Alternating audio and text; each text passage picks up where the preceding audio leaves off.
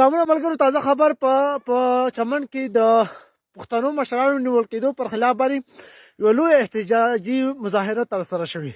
ملګرو، زه درته نن خبرې کوم، دا ویډیو نن وانړی که پښتون یې که لږ غیرت لري دا ویډیو چې کوم دی وانړی، ځکه چې نن زموږ ستاسو د مشرانو باندې خبره کوو.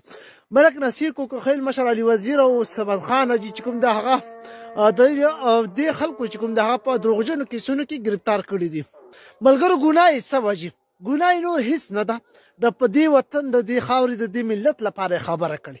لنډه یې درته ختمو ملګرو، خو په هغې باندې داسې پایرز کېږي چې داسې دروغجن چې یو کې ضمانت ملاویږي نو په دغه جیل کې ناست دغه قیدیانو باندې په بل ځای کې چې کوم دی پایار وشي، په بل ډسټرکټ کې پایار وشي، په بله ضلع کې پایار وشي.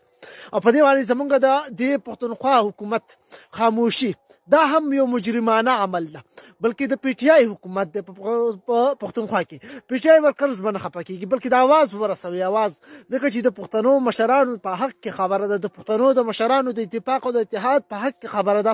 د چا پر خلاف نه ده دا ویډیو، دا د پر کومې پارټۍ پر خلاف نه ده، د کوم مشر سیاسي مشر پر خلاف نه ده، بلکې د هغه خلکو لپاره ده چې د ټولو پښتانه چې کوم دی د پښتو ژبه وایي، کلتور پیژني، خپل مشران پیژني، خپله خاوره پیژني، خپل وطن وسایل او مسایل پیژني. زمونږ ملک نصیر کوکخیل څه ګناه ده؟